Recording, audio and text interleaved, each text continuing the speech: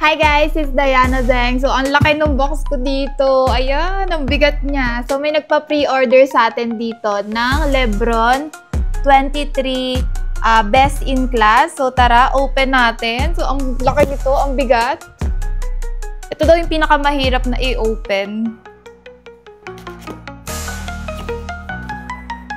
Oh, wow! Pinakamagandang sapatos na na-unbox ko ngayong taon.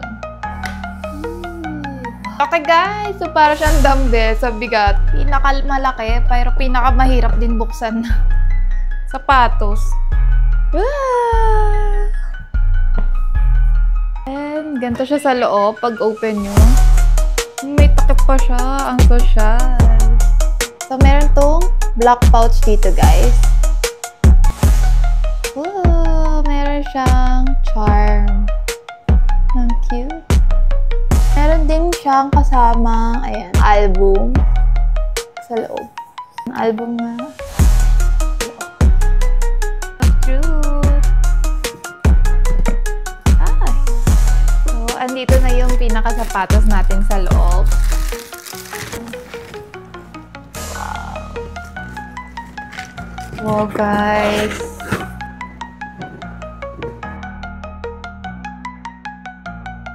Ang ganda ng pagka-red niya, guys. Shiny nung dito niya sa part. And yung mga details niya, guys, grabe.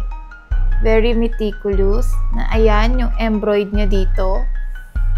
And meron na pala to kasama, guys, na color blue na extra lace. And dito sa part is meron din siyang nakalagay na gold details. Sa back, yung apple. Ang ganda lang ng mga gold details niya, guys. Ayan, both side yan. May design din yung inside insole niya. Grabe guys, ang ganda nito. Sa mga gusto magpa-order guys, kung interested kayo, just DM us on our social media account, toyzone.ph. We are still accepting pre-orders, just DM us.